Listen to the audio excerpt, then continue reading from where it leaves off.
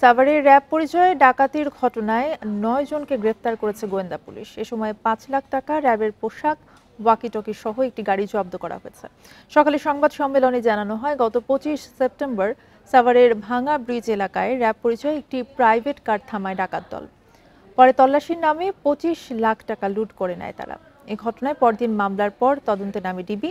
রোববার সাভারের ফুলবাড়িয়া বাসস্ট্যান্ড থেকে গ্রেফতার করা হয় ৭ ডাকাতকে। পরে তাদের দেওয়া তথ্যে রাজধানীর কাকরাইল থেকে গ্রেফতার করা হয় আরও ২ জনকে। আমরা প্রথমে ৭ জনকে অ্যারেস্ট করি এবং পরবর্তীতে তাদের দেওয়া তথ্য মতে আরো ২ জনকে অ্যারেস্ট করি এবং এই দলের নেতৃত্বে ছিলেন শহীদুল নামে এক ডাকাত। গ্রেপ্তারকৃত ডাকাতদের বিরুদ্ধে বিভিন্ন থানায় একাধিক মামলা রয়েছে।